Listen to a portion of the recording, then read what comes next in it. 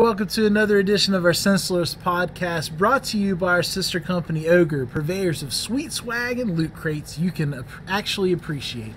Although you have to make your own loot crate, and it's no surprise.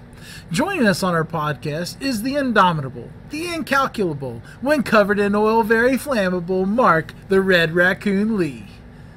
Hello. Vampires won't come near me because of my salad from Panera Bread, Russ Pigeon Poop Ingle. And lastly, but not leastly, Matt Meatball Conley, the leading most authority on donkey scat. How's it going, fellas? Excellent, excellent. Not too bad. Don't you talk about my scat. Oh, so to start this podcast today, we're going to talk about a lot of things. We're going to talk about girls in gaming, in esports in particular. We're going to talk about a few different games. Far Cry 5, Sea of Thieves, the failure that was Mass Effect Andromeda. We're going to talk about a little bit of Hearthstone and other online card games, and just a bunch of different things. But so to start out with, though, I think that what we've already been kind of talking about a little bit, and what I think that would be good for us to just delve right into, is girl gamers, or gaming girls, or girls that game. Whatever hashtag. I don't know what is the proper way to say it, because honestly they're just people that play games that happen to be female. Yeah, for sure. But for some reason there's such a huge emphasis on that nowadays, especially in media. What are your thoughts, Mark? I mean, there's a famous X Special quote where he says, "Girls are cool. I like girls." And I agree, but I just absolutely hate the term girl gamers. Just because it entails that there's something kind of mysterious about this, there's a mystique to it, to where just because you're a girl that plays video games, it's somehow special. And I just don't agree with that. Yeah, they definitely get put into a special class. But I think also one of the reasons that they get some of that put into a special class like that, like if you watch, and this is a little bit of a counterpoint of something to say, like, you know, this is a little bit different than your opinion in some way. If you watch, like, say, streamers, or if you watch YouTube videos of girls who play things like Call of Duty, Overwatch, other things where they're, like, talking to people in-game, like, people are so fucking vitriolic to them because they're females. Like, they are fucking abusive to them because they're females. Like, bitch, get back to the kitchen and blah, blah, blah, and all that kind of shit, you know what I mean? Like, they say really, really the stupid asshole things. I don't think that should make them a, like, protected class, of course, you know, that kind of thing. I think that one thing that a lot of people like to do, because there are so many dudes who are into video games, and all those dudes generally that are into video games don't tend to, you know, necessarily get as much action as some other people. But hey, I'm generalizing here. I mean, I'm pro. So they'll probably white knight them a little bit more, right?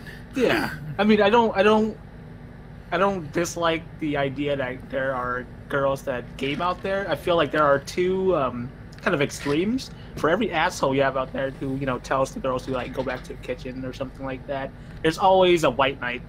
Yeah. It's just two different extremes, and we just can't leave them alone and just categorize them as a gamer. Well, I mean, we personally play with a lot of female gamers, and I really like it because it's just kind of cool. Like, I never got to hang out with my sisters and play video games because they really weren't into it. Yeah. I think this is kind of a newer thing with, like, I don't know. It's more of a thing to rise. Like, my wife, for example, she'll play the heck out of some, like, Donkey Kong and some Mario Kart. Mm-hmm. But when I talk about Call of Duty or anything, she's like, "Eh." Yeah. You know, and I don't know if it was a stigma that's been, like, culturally implanted or not, that's finally being, like, pushed aside. But I really, really get excited now, especially, like, I think cosplay has a lot to do with feminine interest. Yeah. I think like art, because I see a lot of really awesome art from female gamers. Yeah. More so than I see from guys. Yeah. And I think it's because we're just lazy. You know? We would prefer to just simply kill shit than to draw about killing shit. But like, I gotta eat these Cheetos, man. I can't draw a picture of my favorite player. I got Doritos, I got Mountain Dew. There's Cheeto stains on my art. I drink like 3 monsters. If I don't play anything soon, my heart's gonna stop.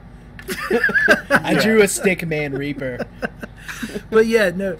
But one thing that I'll kind of segue into then is, do you think it's unfair lately for some of the criticism? And I'll tell you what I've been reading lately. There's been a lot of criticism in the esports community lately about different esports venues like Overwatch, League, CSGO not allowing for female gamers to be a part of it, to kind of like exclude them. And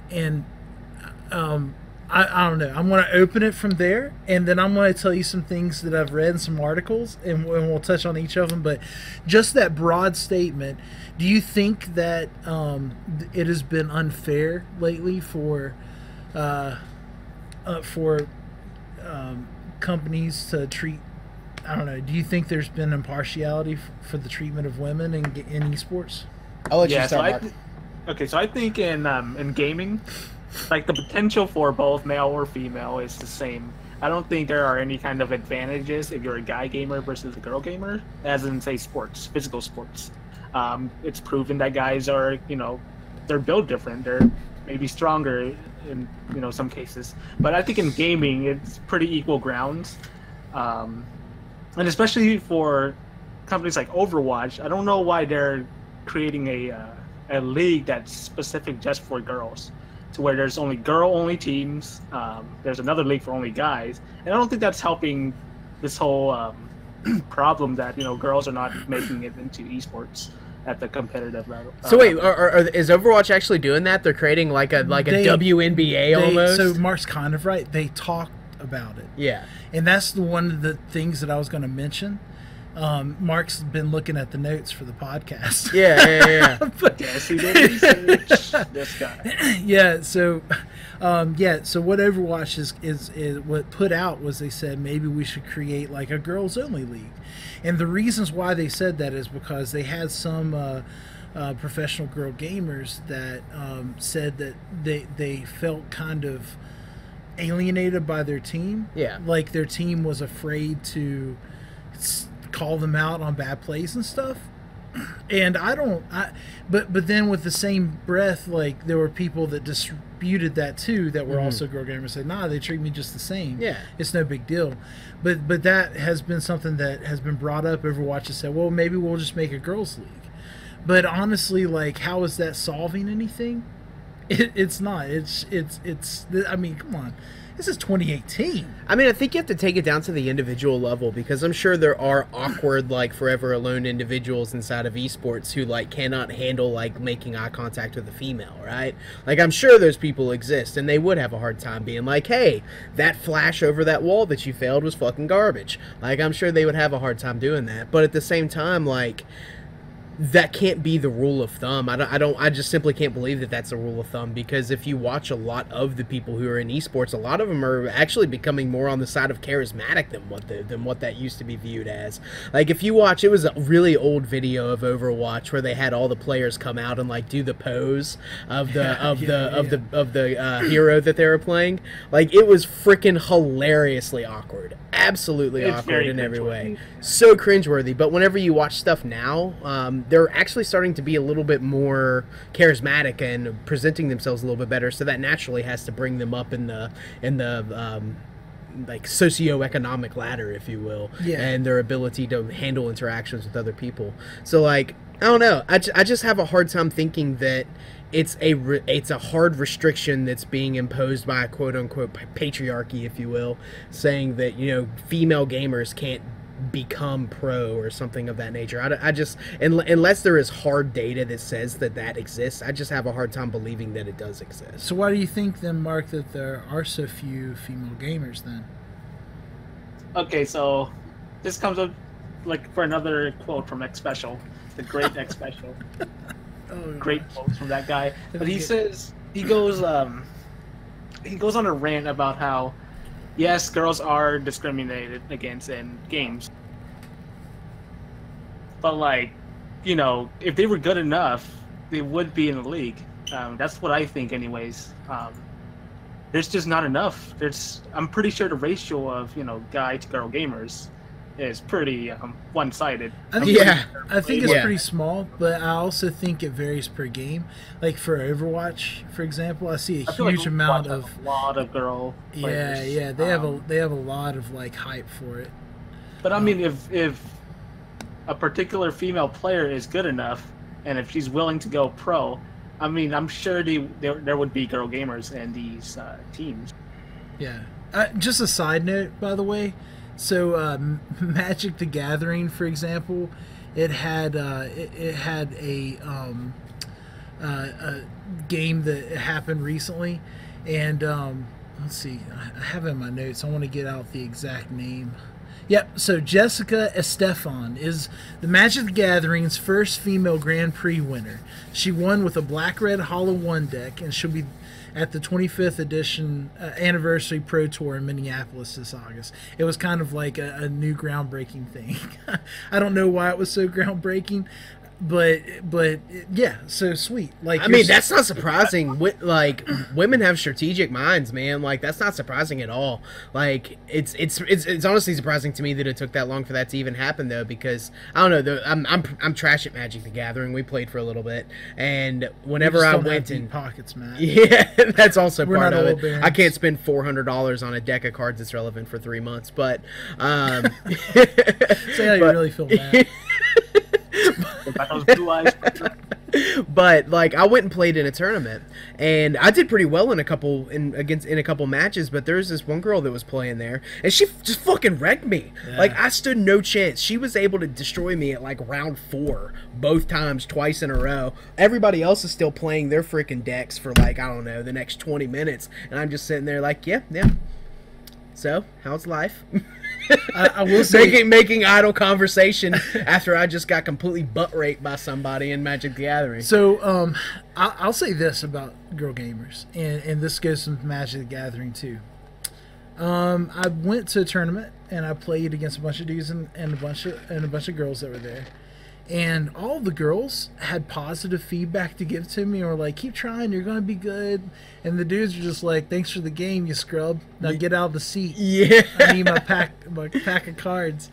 So I was like, man, I want more girl gamers, because I need that. I need to feel loved. Like, I need encouragement. Mark never makes me feel loved. Toast definitely doesn't make me feel loved. Yeah. He keeps me humble all the time.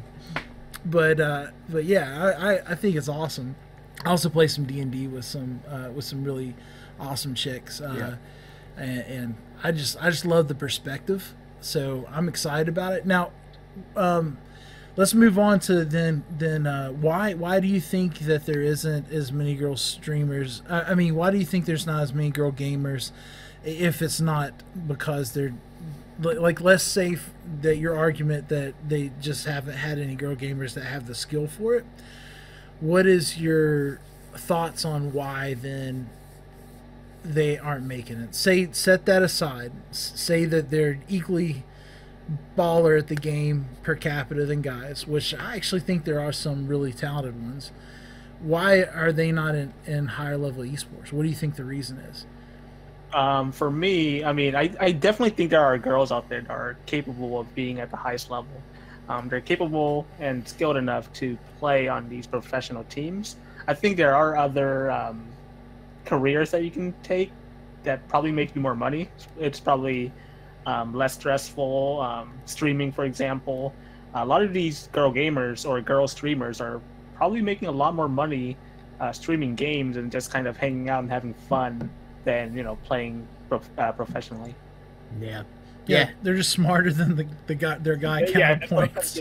They're like, hey, I can make way more money just sitting on stream. Yeah, for sure. For sure. I think we see a lot of good athletes not go pro because of that. I'm a cutie pie. You could argue, could definitely be pro level. I don't know. If he has double lift, he's boosted trash. That's true. Oh, double lift. Make my heart sing. Yeah, but Yeah, I think that I think streaming is something that's hard to get away from when you see that money rolling in. Plus, you don't have anyone to be beholden to. You don't have the pressure. All you have to do. I mean, I'm not saying that streaming's not stressful, because they have to have a schedule, they have to stick to it, but and they have to play the same fucking game every day, all day. That's true. Unless they be entertaining for random shit-stained people on the internet. While they're like, just it's difficult. It's not an easy thing for people to be able to do, right? I mean, we're not even entertaining for like a minute. I know, right? Like, I can maintain entertainment levels for maybe 32 seconds, That's and then I'm out. 3 of us. Exactly. Well, I mean, I just think it's less stressful where when you're streaming. I go to a lot of these, like I watch a lot of random streamers, and 99% of the time the chat is always very supportive of who they're watching. Doesn't matter if they're male or female. They're always usually really nice. They get donations and whatnot. Please donate to me. Anyways, the American but then that Cheeseburger compared to Foundation. say esports, right? I mean, have you ever seen your favorite team lose, and then the criticism that they get on Reddit? It depends on the Twitter, team. any social media. It depends on the team, but then I think it will be if you're a girl gamer, I think it will be a lot more hostile and kind of mean. Yeah, for sure. And I think that may be one thing that could hold people back from doing pro esports, is that it is a hostile environment. I mean, we talked about it, I think it was either last podcast or the one beforehand, but like, they'll do like social media blackouts on players so that they can't go and tilt themselves by looking at Twitter after they screwed something up, right? Yeah. So, and I can only imagine that in something that is primarily overly dominated by males, that it wouldn't be more vitriolic towards them as females. I don't think it's institutional. I think it's audience based. Yeah, Mark, if anything is holding them back. What was the support for Misfits in League? What was her name? Was it Misfits or was it no, it was not Misfits. It was, no, Renegade. Renegades. Yeah, what was her name? Oh, it escapes me. I'm gonna have to look it up. I think her name was Maria, but then I'm not sure what her. Her. Yeah. Anyway, I can't remember what her name is. Well, I'll think of it like after the end of this podcast. Remilia. Yeah. Okay. So she stated that she didn't want to be on camera much. She didn't want to be on camera very much. And I think one of the reasons why was because Pagan says her name was Maria. That's exactly how I'm reading it off of the notes.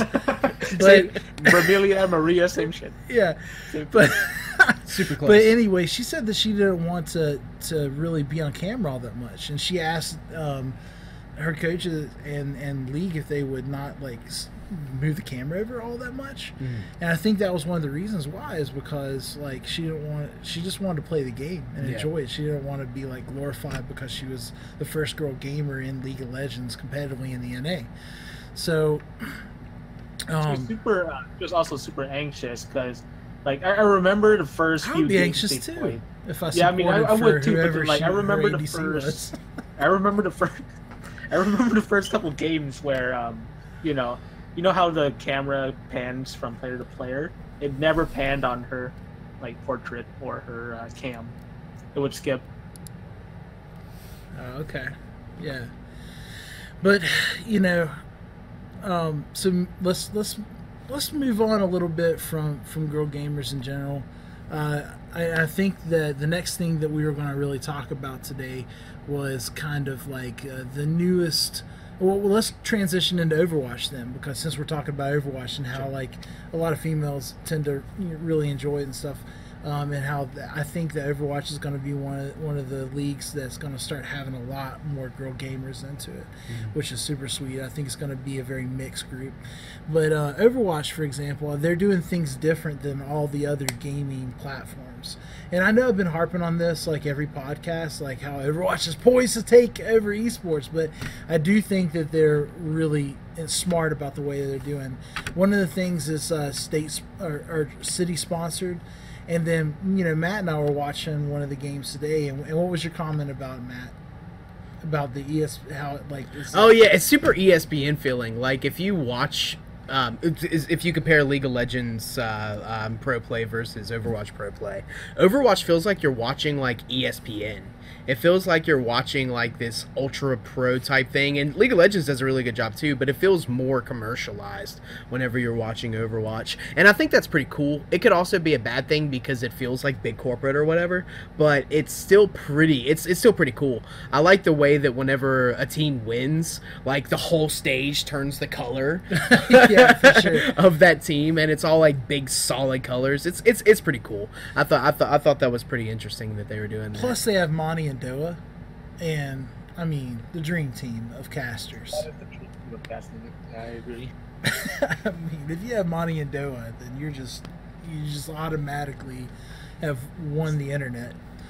But one other thing that I think that Overwatch has done that's like really cool is how they've done like a team feel to it. So touching on the ESPN thing, they've really taken the onus away from the players. I don't see as much hype about individual players as I do like in League and CSGO and stuff. Mm-hmm. I see hype about teams.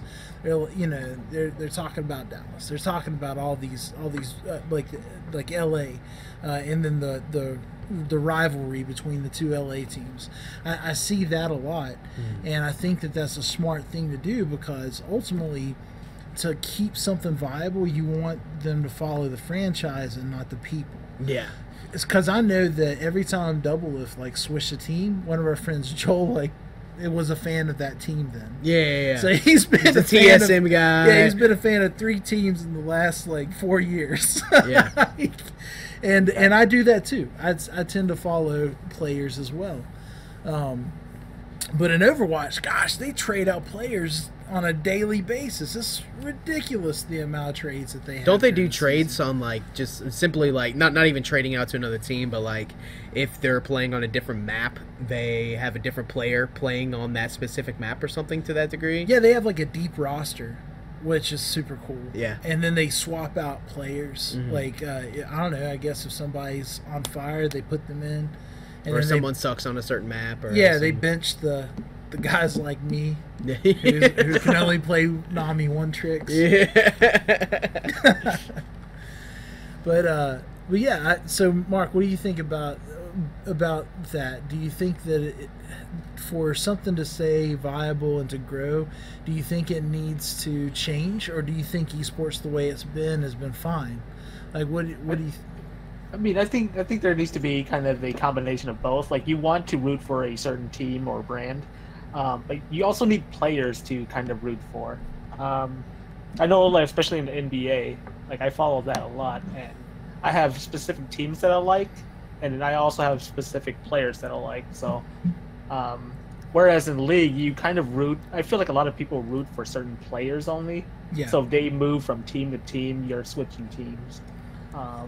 Whereas I think in Overwatch, I mean, if you don't have a face to kind of, put on a team, and it's just you're rooting for a certain team, then like, I mean, I just don't know how that will work. You need to learn the players' faces. You need to learn who they are. Yeah. Not sure what that mode is on Twitch. Oh, that's Keygasm. So yeah, I mean, he called me a master Nami one trick, so I had to keygasm it. Yeah. Like 4 faces of it. You okay, Pigeon? Oh yeah. I mean, pants are a little wet, but I'm okay. It may have been this big gulp. I don't know. Nice. Nice. I do this for the team, guys. For sure. Take one for you guys. Speaking of Overwatch and kind of the trend of games, a big thing to think about nowadays is like online card games and mini games, actually, even in games. Mm-hmm. So, The Witcher, for example, Gwent is now something you can get on Steam. Yeah. They made their own. Awesome. Yeah, they made their own. Like, I don't know. Whenever I was playing Gwent in The Witcher 3, I was like, this is the best freaking mini game in a video game I've ever played. I freaking loved it, and it's probably because you really had to be retarded, basically, to fail at it. Like, you really had to just be completely stupid in order to fail at it. But whenever you get the game itself, Gwent, I probably played 10, 15 matches of it on whenever it was first in beta, and it was difficult. It was really, really hard, and I was like, man, they easy moded you, Matt. Yeah, Now that's exactly what. Now that you want to be a professional Gwent player, they're like, come at me, bro. I realized I don't have what it takes. You can join Team Siren. Yeah. Oh, shit. Shots fired. Shit. Holy fuck. What is that even supposed to mean, Pigeon? I don't know. What were you implying there? Moving on, Blitzball. Like, Blitzball. hey, that was a cool mini game. Like Did they this have little a Team Siren. this little Fallout Pip-Boy game. Come on. Jeez. Oh my life. Okay. But there are a lot of these really cool mini games within bigger games. For example, Triple Triad in Final Fantasy VIII just kind of consumed my life for like a week, where I didn't want to progress in the story and I just wanted to find all the cards in the game. Yeah. It was a collectible card game within a game. But like, do you guys think this ruins the game, or kind of It is depends. a negative? It depends. Like, if it's so, honestly, like in Fallout, I love New Vegas. I love all the Fallout franchise. The mini games were kind of like cool, but I never played them. I'd put in my Pip-Boy and I'd be like, ugh, this is the worst thing ever. Why does this exist? And then I'm like, oh, because it's Fallout and they like to, like, you know, mess with your mind. That's the reason why all the vaults are like scientific experiments. You know, hey, the world's about to end. Come in here and we're going to turn you into plants and milk you for nectar. I don't know. But It's happened. But sometimes I do wish, though, that there was what the world? There we go. I have no clue what just happened, but the stream got interrupted. Either way, sometimes I do wish, though, in games like Fallout, there was the mini game inside of it. Like, say you're able to craft a basketball goal, and you're like, you're picking up the object and trying to throw it at it. You literally will never get it inside the goal unless you're freaking God. in your power armor. And you're just Like, sitting there looking gosh. at this sweet basketball goal that you could finally craft, and then, oh, wait, that was a glorious waste of time. Glad that I wasted all that time. Man, this Like- fusion cell that's lasted eons is starting to run out on this city. Yeah. Or like you can get a pool table. Cool, you can't freaking play pool on it. Awesome, Yeah. I'm glad I have a pool table. All you can do is put like dead raider bodies on it. Which, Can't I do mean, that. you know, that would be a great use for it anyway, surgery table, right? Right. Yeah, I think mini games can All you take can away do is from put, it like, for dead sure. raider.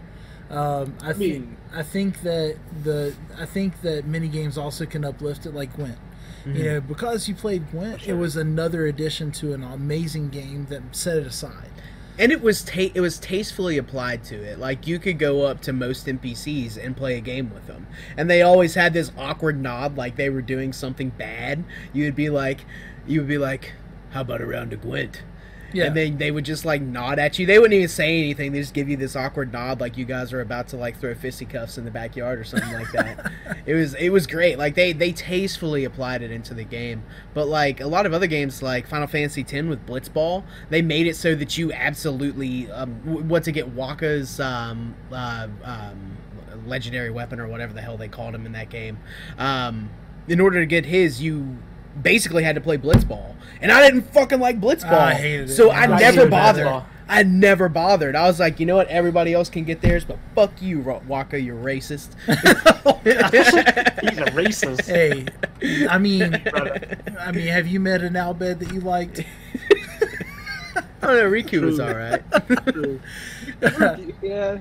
Making Sid's bombs pretty and stuff, Yeah. taking your metal scraps. Yeah, but brother was creepy as fuck.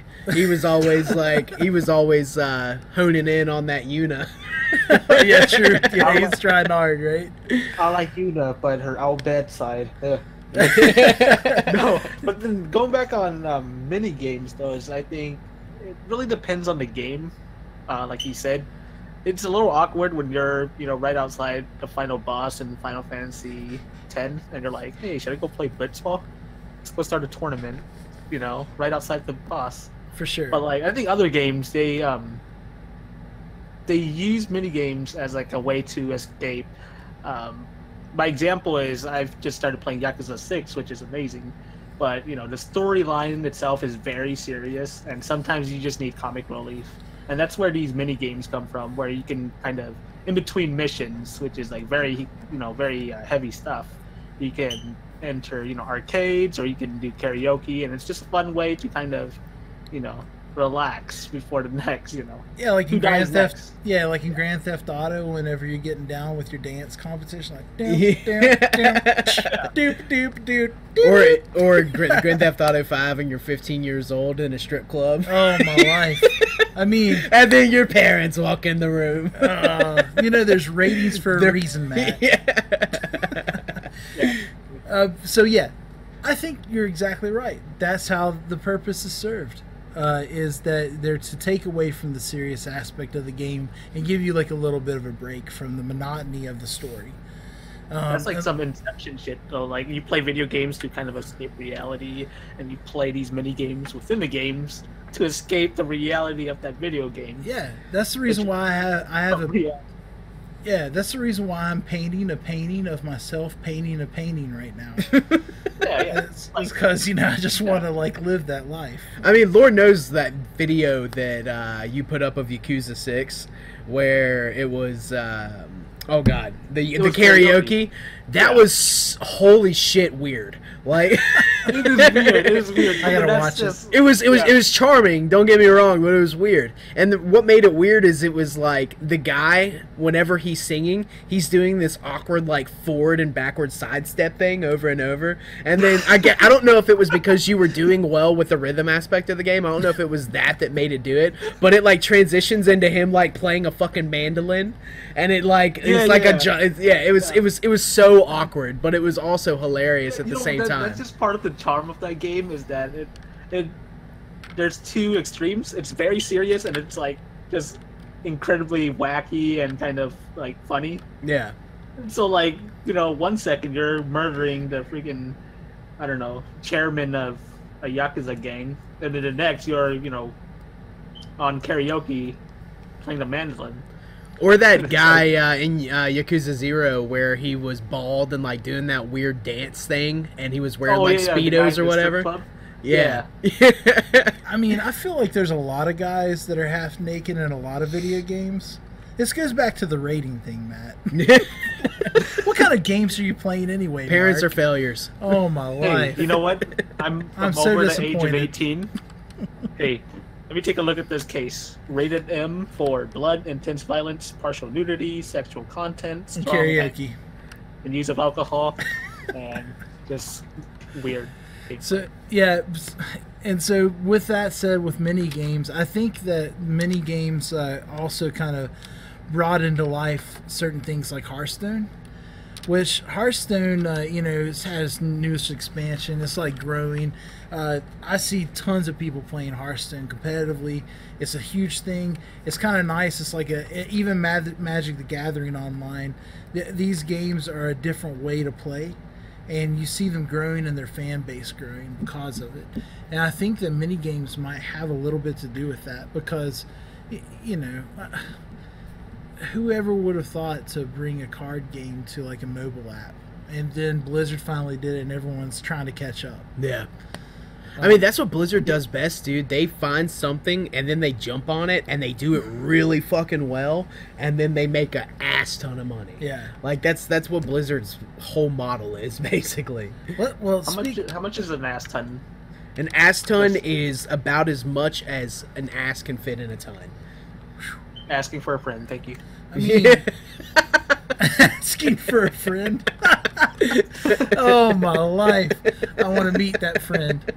Well, speaking about things that have failed. Oh no, go Mark, go. No, But, I totally want to hear what you just have to one say. quick question I want to ask you guys is, I haven't played too much of Hearthstone, but then I believe you can spend money or like some in-game currency to buy card packs in that game. Yeah. for So sure. it's basically the same premise as like Magic the Gathering, As a except you're loot doing. box kind of thing. Yeah, I do think though that it gives you a little bit more opportunity. They have ways of switching out your cards called, like, I call it dusting. It probably will never catch on, but if it did, it started here. Like, I call it like dusting your deck, where you get stuff that you can make new cards with. Yeah. But the ratio of that is like, if you, I don't know, take $100 to like Uzbekistan, and then they like give you a bag full of coins, and then you take it back to the United States, and all that you can buy is like a soda. Like, I don't know how that works. I mean, that out. sounds like a fair conversion to me. You know, might as well buy like 0.00001 Bitcoin, right? Right. Nice. But I mean, like, what I was trying to get at is, like, I'm usually the person who wants to buy anything physical over anything digital. So, for example, I want a same. physical copy of my games rather than digital. And for a while, I was like, why would people want to play a digital card game? Like, I'd rather collect these cards, physically. But then I kind of realized, especially in a small town like Reading, no one plays these card games unless you go into the dark web or find like a little lobby in Craigslist, and you might become a freaking I don't know. If a murder victim. Yeah. That's what this is sounding like. You're like, so that is more appealing in the sense of card games, where you can go online and there's usually people online to play with, rather than go to your local murder scene. And I'll say this too. Magic the Gathering. Like, I used to be a huge collector, especially of DVDs and books and stuff like that. And then after I had a family and I have no space for anything anymore, I realized like digital copies are the way to go. Because when you gotta move, you just move your hard drive and download it from like the internet. So, I'm like Mark, man. I like having physical copies, and it's probably because I'm not married or have children, or have had to move more than like 3 times in the last 10 years. But like, one thing about physical copies, and I kind of want to talk about this for a second, even though it's not on the plan, but physical copies on PC games are the most infuriating thing on the planet. where you buy a disc and have to download everything else. So what this brings to mind, and this is a personal experience of mine and Russ's. Whenever I first started working with Russ a few years ago, we were talking about video games and stuff, and it was whenever Fallout 4 launched, and he invited me to go to like the whatever thing, the pre-release. GameStop. Yeah. We waited in line. And all that stuff, and I'm like one people that's there to get the PC copy, because apparently everybody else got the fucking memo, right? So we go in, we wait for a solid 45 minutes. I get my PC copy. Like, they have to holler across the loud ass room to be like, "Hey, we got a PC copy here!" And then everybody's looking at me like, "You're that one piece of shit." Matt walks up to the counter like all awkward, this is my PC copy, and they're like, "God," they're like, "Get the hell out of here." So being ostracized aside, whenever I finally get this gleaming, glorious Fallout 4 mint-ass copy back home, It took them 3 days to download. they gave me one DVD. One DVD on like a 50 gigabyte fucking game. One DVD. Okay? It's probably the base game. And the DVD wasn't even full. It was the installer. They could have gave me a CD. It was the installer actually, for the game. You know what? It was just a demo. Yeah. To make you feel a little bit better, though, is at least they gave you a disc. A lot of games nowadays, they give you a card. They give you a cover. They give you like a cover, but they give you a card inside with a download. Oh my god! Yeah, that's the most infuriating. Oh thing. my god! Tell Like, me, man. and copies all the way. I love physical copies, but like whenever that happened and I wasn't able to download, because I should have just done the pre-download thing on Steam and not had a physical copy, but whenever I went to go download, because I was so excited to play that game that night, find out it's 50 some gigabytes, it took like 2 days to download because Steam's download servers were wrecked. I mean, honestly, like the physical copy for Xbox was the same way. Yeah. Like every game now that you get, you at least those are Blu-ray. It had a reasonable amount of content on them. I don't know. This was 4.74 gigs of data that like 0.05% of it was used. But like The Witcher 3 did it amazing though. Like I still have the box back there behind us, and they did it amazingly. They gave you like 4 DVDs. It's the whole thing you need, everything that you need to start whenever you get the game. There was a patch. It was a small amount. Like there was a small patch, but it was not on overloaded servers. It wasn't 50 fucking gigs that you had to download. It was completely reasonable, and I appreciate whenever games do that. But Fallout 4 is one of those examples, and there's many others where you get a card or you get like a consolation prize for being a PC gamer. Yeah. So, jeez, man, apparently I like physical Witcher copies. just does it the best. Everything. No, I'm telling you, Witcher. Okay, here's one thing that makes Witcher 3 like a godsend from gaming, and praise CD Projekt Red is. So I got the PS4 edition, and I opened the case, and guess what came with it? A manual. Oh A my manual. God! What? A thick, full-colored manual. It wasn't a card became- that said "Go get your digital manual." No. And a kiss from the developers. We love you, There was Red a map Raccoon. inside. Mwah. There was Yeah. a map inside that whenever I play these RPGs, I would hang the map like next to me while playing it. Yeah. And I have the manual. There's like a thank you letter from CD Projekt Red. Okay, let me ask you guys a question. When you go to get your physical copies, Yeah. and they're like, "Hey, do you want to just buy the book too? You want to buy this book, this great book? It talks about everything." For me, I hate spoilers, so I'm like, "Nah, you Yeah. keep your book. I'm going to learn this." I mean, I don't even read patch notes. I'm like, "Let's figure this out." Yeah. I'm running BF on like a sword, on like a support. But BF Sword of Soraka. This is the thing, right? But I always like to try things. Do you guys ever get the books and appreciate them? No. I never get the guides because I'm like you. I want to be able to discover things because that's the allure of the game. Like, every game that you play, you will go through, and at a certain point, you will understand all the systems, especially in RPG games. So you'll always understand the systems. And then once you understand the system and how things work, you can predict what's going to happen in the future. So at that point, the game doesn't have that mystique.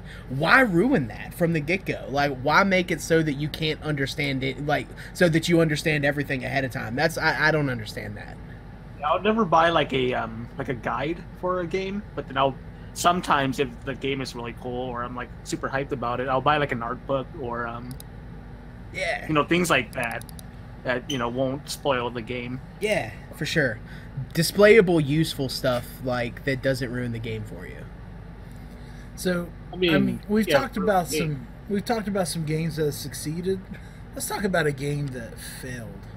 Let's talk about Mass Effect Andromeda. Oh my lord. It's a throwback almost at this point. Yeah. That game was a miserable failure in a lot of ways, but it did a lot of good things. I have a really strong set of opinions on it, so rather than rambling for a few minutes, Mark, do you have any opinion Let me on tell it? you why I bring it up. Okay. I bring it up because recently, BioWare? Yeah. Yeah, BioWare just came out with like a press release saying, "Okay, guys, we get it. We suck, and we've sucked for the last 2 titles." And we are going to I don't know revamp about that. things, and we're going to... Well, so no, Mass Effect 3, the ending, they apologized for that. Yeah. And then Mass Effect Andromeda, they built it up, hyped it up, said it was going to be great, and then it was lackluster. So really, maybe it wasn't bad, but it wasn't what they promised. They overpromised. For sure. So they came out and they said, "Look, we've heard you guys. We understand what you're saying. We're going to do better." And so they fired a bunch of people, and probably they were hired by EA Sports. And It's in the game. EA Sports is very respectable at this point. yeah, EA's the best. Go on. If you want to throw your No, money in the toilet and flush it down, go with that. But yeah, they said, "Look, we hear you guys. We're going to do better." So why was Mass Effect Andromeda such a letdown then, Mark? Okay, so before we unleash Matt and his anger-filled rants. So the only BioWare game I've ever played is I skipped the whole Mass Effect series, but I've played Dragon Age Origins, which was amazing. Agreed. I've played the second game, which was really weird, and it was definitely not as good as the first one. It was a but, departure for sure. But yeah, I hear good things about Mass Effect, but I'm not quite sure what happened at the end of 3 or Andromeda. So, Matt. 3 was just an Go ahead. amazing game. So- I do know just at the end of it, they basically just gave up on the ending because they wanted you to. Enlighten. Yeah, they wanted you to buy DLC. Is what they wanted. So in the Enlighten first me. in the first 2 games, you make a lot of choices, and a lot of those choices affect a lot of things in the game, and you can carry over those decisions into the next game, right? So you make a decision in 1, it can reflect in 2, and even reflect in 3. So you have all these consequences and all these things that build up to an ending. And don't get me wrong, the ending was epic in that game. Like the going up into the Citadel whenever it's got the module that you just created, so you can destroy the Reapers, all that different stuff. All that stuff was so freaking cool. But I think what infuriated a lot of people in that game at the end of it was that you had all these decisions that boiled down to 3 color options. You could choose red, you could choose green, or you could choose blue. And literally every other fucking ending, literally every ending was the same goddamn thing, just it was colored differently. Like the little aura that blasts out into the universe was either red, green, or fucking blue. And then in one of them, the destroy the Reaper's ending, I'm pretty sure you had to sacrifice yourself to do that. So like Shepard dies, all that different stuff. Basically, what was infuriating about those games, and or about 3 in particular, the ending of it, was that it was the illusion of choice. You thought that you were having an effect on things, but at the end of the day, your effect was minuscule at best because everything was boiled down to 3 colors. But they were still amazing games. Like, you can play the trilogy right now, and even with those problems, you would still be like, this is an amazing series. Like, you would really enjoy them, despite those problems, because they patched a lot of stuff, too. But the problem with Mass Effect Andromeda is that they had the combat, the gameplay, a lot of it is amazing. The combat feels so good. Everything feels so fluid. Whenever you're playing it and you're not doing like story related stuff, you're like, this is fucking awesome. Like, they did a really good job on this.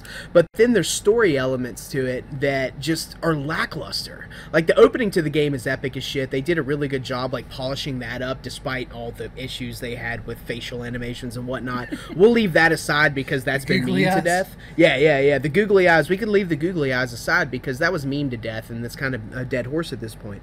But the biggest, the issue that I think a lot of people, and as well as myself, had with Andromeda was that you just didn't care. Like, it didn't matter what happened. Like, you knew that you were just gonna fucking save the galaxy in the end because that's what it's about, right? Weren't all the characters basically like the same person? Yeah, all the characters. None of them had any real personality. One of them, Liam, he like his big personality tick is that he's always shirtless and has like a couch that he brought from Earth with him. Like, couch. Yeah. So he's like, yo, there's a lot of memories on this couch. Sure. Like, there's, you know, potato like, couch. Like, there's the personalities in that game really are just lackluster at best. They didn't do a very good job of fleshing out the personalities, and I think it's because they tried to generalize too hard. I don't want to call it PC, even though it probably is PC culture that did that, but they tried to make it so that everybody was too generic, so that it wouldn't offend, or so that it included everybody, or whatever other garbage you want to throw in there.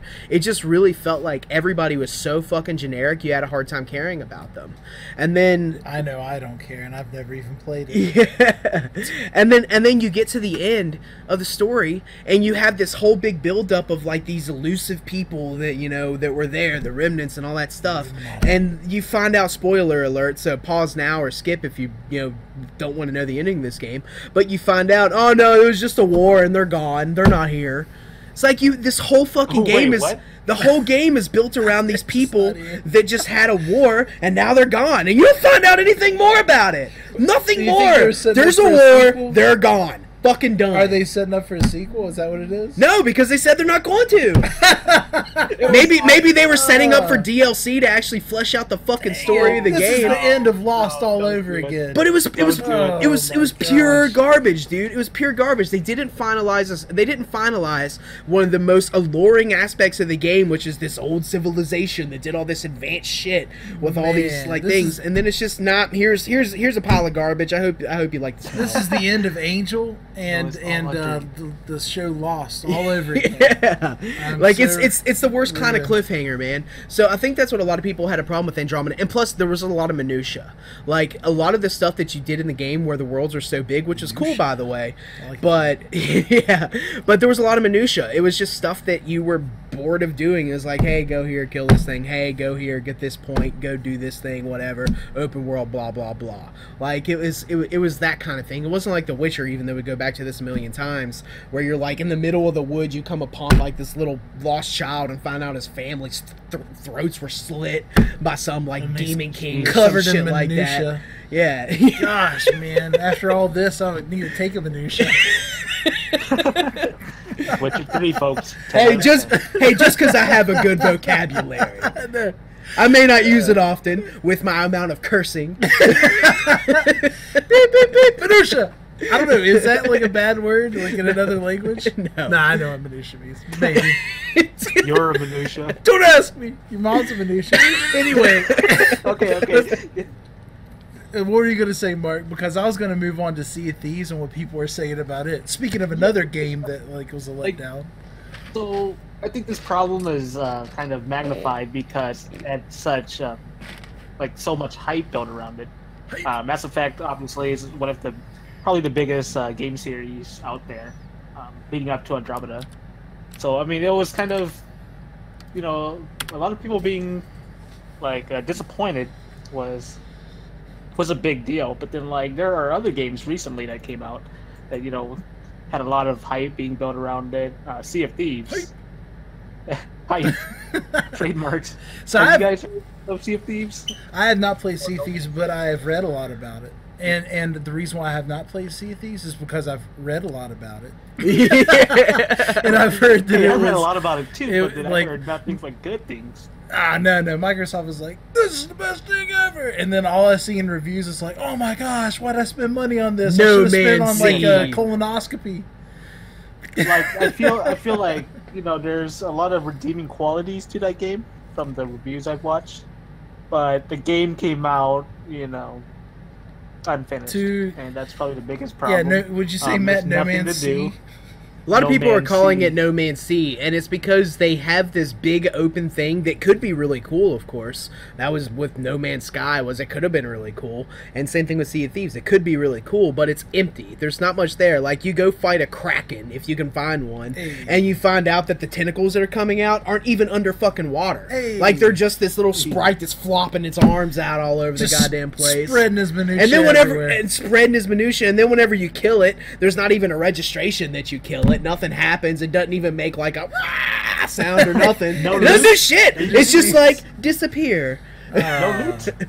No loot. Nothing. For a like pirate game. For a pirate game, no loot. So you find this thing that you spend forever trying to kill, and nothing happens from it. So it's a complete waste of time. I think what a lot of people have a problem with Sea of Thieves is that they charge $60 for a game that should have been $20, and it should have been known as early access. Like, it was an early access title that would be $20 that they were charging $60 for. Gotcha. Like, if I bought that game, if I paid $60 for that, I would be fucking infuriated because there's nothing in there. There's no content. Gamer girl. I'm gonna pirate this game.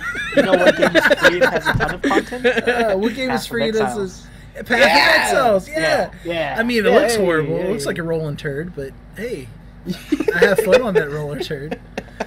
How about Far Cry 5, real quick, before we're done? So you've played a little bit of this, Mark. Tell us what you think. I played maybe an hour of it, and, you know, the Far Cry formula has always been the same, in my opinion, but in this game, I don't know what it is about it, but the storyline is just not appealing whatsoever. I did not care about what happened. Going back on Matt's point about the characters in Mass Effect Andromeda, I did not care about any of my teammates or my squad or whatever from that game. They all get captured. You know, spoiler alert, you learned this in the first 10 minutes. They all get captured and you need to go rescue them. And I'm like, why? They're the most boring and generic, you know, people out there. They are your people. Captain. They are my people. I don't care. Like, God dang it, Cletus, why'd you have to get captured? I tell you, Bob, if you get captured again, I'm going to leave you. The captain or whatever that actually ends up kind of escaping with you, he is the most boring and generic, like, tough guy boss out there. Like, I did not care about any supporting characters. What I did care about is what happened while I was out exploring. And I think that's the strength of this game, is the stories that you make for yourself. Like, so for example, I did not care about any of the storyline missions, but, you know, I find a follower and he's helping me out, and we're invading this like camp, and we're just kind of stuck behind a car shooting at the enemy. They're shooting at us, and it goes quiet for a second. I'm just like, no, my partner's not helping me. So I look back and I see a bear mauling him down. And this bear starts charging at me, so I'm like, okay, I need to get in my car and I just need to leave. I'm not gonna revive my and it's things like that make this game like awesome. But like the story that the developers give you is some of the most boring and, you know, unappealing stories out there. You just pieced out on the dude that's helping you, like, take down a cult? No, he got mauled down by a bear. Hey, you know what? The bear's rushing at me, and you enemy only is have to- shooting at me. I mean, I would get on that nope train. I would jump right on that fucker. I would buy 7 tickets to make sure that if there was anybody else around me, they'd all get out too. Arr. Except for that guy that's already been mauled. He's behind. He's done. I'm not gonna leave one of me mates, even though they're obligatory and they're all the same. So, what else do you do? Do you like arm wrestle badgers or anything in the woods? You know. After I did that, I kind of turned off the game. Yeah. That guy is forever being mauled. What if in video games they're actually like artificial intelligence is at such a level now that that guy is forever being mauled by a bear, Mark, and it's your fault. You know what? What if we're living in a simulation and this is a game? And with that said, we want to thank everyone for tuning in, and thank you guys for seeing our podcast. Hey, I want to apologize about the reviews. I'm definitely gonna put up one soon. I haven't gone over to Matt's to do recordings until today, so reviews for the indie game should be coming up soon. As always, we want to thank everyone for tuning in. We want to help grow this, get big. Please go to our ogretribe.com site. We have a cool thing going on right now, and that's this promo that we're doing. It's going to be a 7-day trial. We're going to try it. We're giving away some free swag from Ogre Tribe, and then we're also going to give away a $25 Riot card. Yeah, $25 Riot Points card. So we're doing a giveaway at the moment. We're going to be giving away one of our T-shirts. It's of your choosing, so find one that you like. If you were to, if you're the winner, you'll be able to find one that you like, and then you'll get a $25 Riot Point card as well. And to enter, you just go to ogretribe.com/pages/giveaway. So again, that's ogretribe.com/pages/giveaway. Enter in. You can earn bonus entries by doing a bunch of other stuff like sharing on Facebook and whatnot. And then if you get chosen, you get the prizes that we just talked about. So join in. Yeah, I mean, make this happen so we can make a Red Raccoon shirt. And it'll go viral, and Mark will become the legend that he is supposed to be. Please donate to me. Anyway, thank you guys for tuning in. Next week we're gonna probably switch it up. I think we're gonna I don't know. We might talk about some CS:GO, and some other things, but we're hoping that you show up Thursday evenings. 8 o'clock is when we start. 8 to 9. Bring a friend, and we'll bring ours. Okay, bye. Any shout outs you guys want to make? Oh, shout outs. Okay, Gosh, no. Let's do shout outs. It's a premature K-bye. Okay, my shout out. No, you do a shout out first, Mark. I always do mine. Nah, I'm good. You don't have any shout outs? I don't have any friends. I don't have a shout out. Yeah.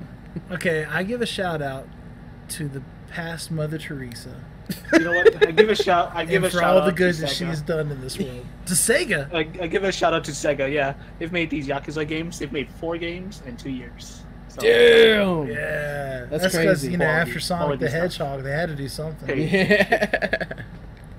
How about you, Matt? You have any shout outs? Nah, I don't have any friends. Man, no one ever does shout outs except for me. Okay, bye.